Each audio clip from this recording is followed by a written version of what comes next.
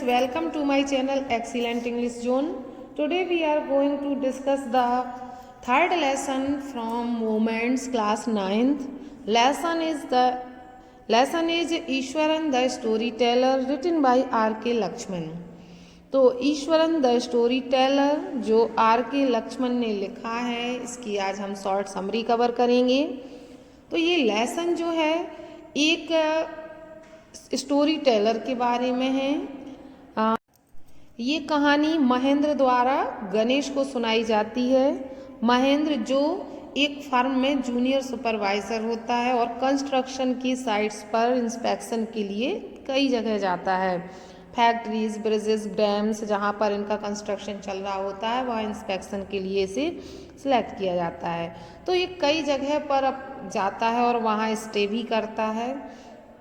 तो महेंद्र बताता है कि उसका एक कुक था जिसका नाम ईश्वरन था और ईश्वरन उसे बहुत पसंद करता था।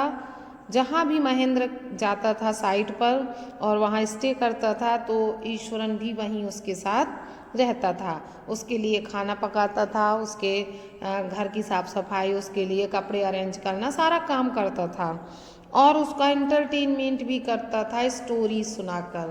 तो हमेशा वो कई कहानियाँ सुनाता रहता था और उसका मनोरंजन करता था। सुबह उठ के वह उसके लिए नाश्ता बनाता था, लंच भी पैक करता था और जब महेंद्र चला जाता था अपने वर्क पर, साइट पर, तो वह पूरे घर की सफाई करता, नहाता धोता, खाता और कुछ किताबें पढ़ के, कुछ किताबों की कहानियाँ पढ़ के, जो तमिल ऑथर्स की बुक्स थीं उनकी कहानियाँ पढ़ के थोड़ा सा रेस्ट करता। और जब महेंद्र वापस आता तो वह महेंद्र को कई कहानियाँ सुनाता। उसके कहानी सुनाने का ढंग ही बिल्कुल अलग होता। जब वो अपनी कहानियाँ सुनाता तो तमिल ऑथर्स हैं उनके इन्फ्लुएंस को उसको दर्शाता, वैसी ही झलक उसकी एक्टिंग में आती। बहुत अच्छी एक्टिंग भी करता। बिना किसी ऑब्जेक्शन के महेंद्र उसकी कहानियों को सुनता और इन्जॉय करता। कई बार वो ऐसी ऐसी कहानियाँ सुना देता था कि वो उस पर विश्वास ही नहीं कर पाता था। एक बार तो वो अपनी एक घटना बताता है, एक हाथी की कहानी सुना रहा है। एक बार वो सुनाता है तो हाथी की घटना ही बताने लगता है कि एक बार हाथी पागल हो जाता है और फार्म में से निकलकर सड़क के किनारे लगी हुई दुकानों को कुचलता हुआ एक स्कूल में एंटर कर जाता है। स्कूल में सारे बच्चे जो खेल रहे होते हैं और टीचर्स सभी बिल्डिंग में अंदर चले जाते हैं और जो हाथी है वो सारी चीज़ों को अस्त व्यस्त करने लगता है, तोड़ने लगता है। सभी टीचर्स बिल्डिंग की रूफ पर खड़े हो जाते हैं और वहाँ से हाथी को देखते हैं। उस टाइम मैं जूनियर में पढ़ रहा था, वहाँ पर स्टूडेंट था, मैं ये सारे पूरे नाटक को देख रहा था। वो कहता है और कहता है अचानक मुझे एक चीज़ सूझी और मैंने एक टीचर के हाथ से डंडा ले लिया और सीढ़ियों से उतरकर ओपन प्लेस पर आ गया जहाँ पर हाथी चिघाड़ रहा था, ट्रम्पिंग कर रहा था।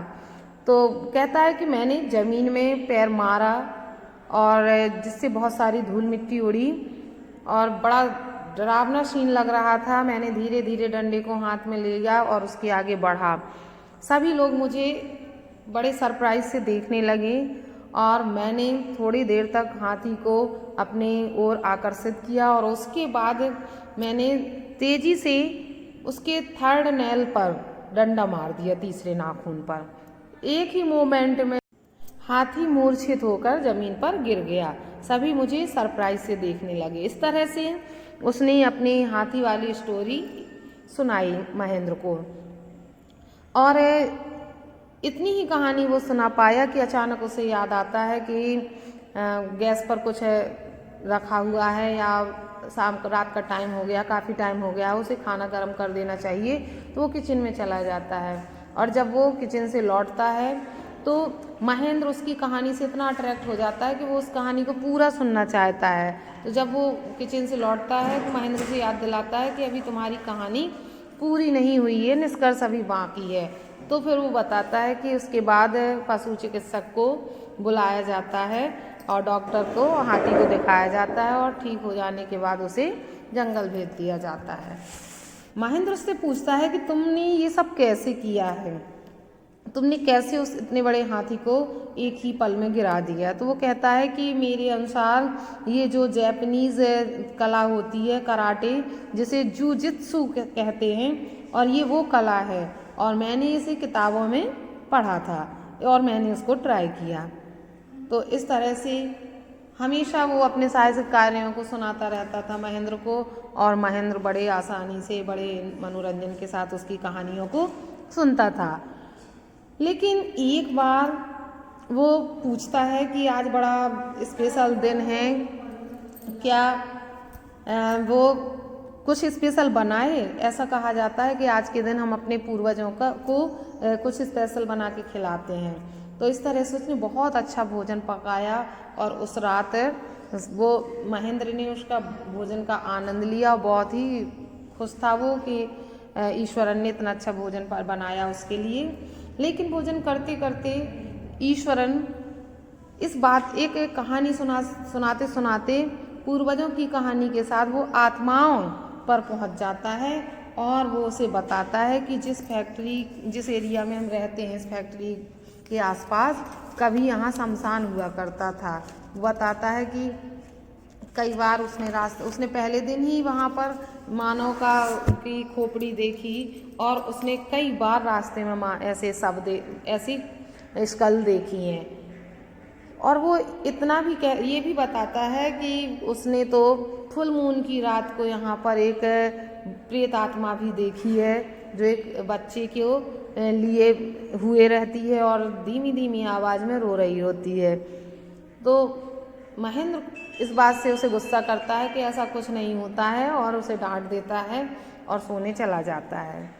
तब से महेंद्र के मन में एक ऐसा डर बैठ जाता है कि वैसे तो वो पूर्णिमा की रात को पूर्णिमा की चांदनी में बड़ा आनंद लेता था, खिड़की से देखकर बड़ा एंजॉय करता था, लेकिन तब से वो थोड़ा सा डरने लगता है।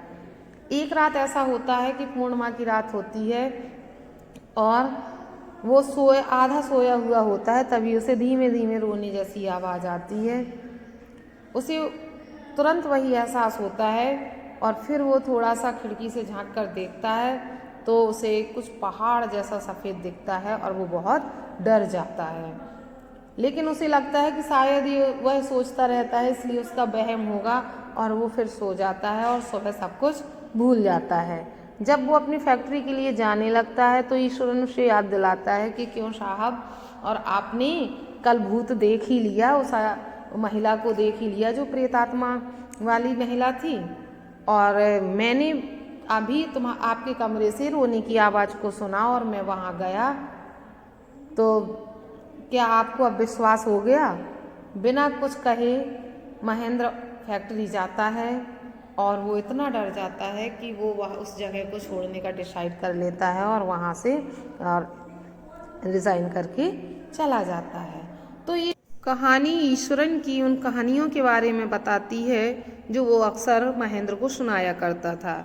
महेंद्र अपने इस एक्सपीरियंस को गणेश को सुनाता है। तो इस लेसन में महेंद्र एक नैरेटर है जो अपनी खुद की कहानी गणेश को बताता है। तो ईश्वरन द स्टोरी टेलर, जिस तरह से इसका जो टाइटल है ईश्वरन द स्टोरी टेलर, वो हमेशा स्टोरी सुनाता रहता था, इसलिए इसको सब टाइटल दिया गया है ईश्वरन द स्टोरी टेलर। तो इस तरह से ये समरी कंप्लीट होती है। आई होप आपको ये समरी समझ में आई होगी। समरी अच्छी लगे, वीडियो अच्छा लगे तो वीडियो को लाइक करें। कोर्स को कंप्लीट करने के लिए चैनल से जुड़े रहें और चैनल को सब्सक्राइब करें। Thanks for watching video.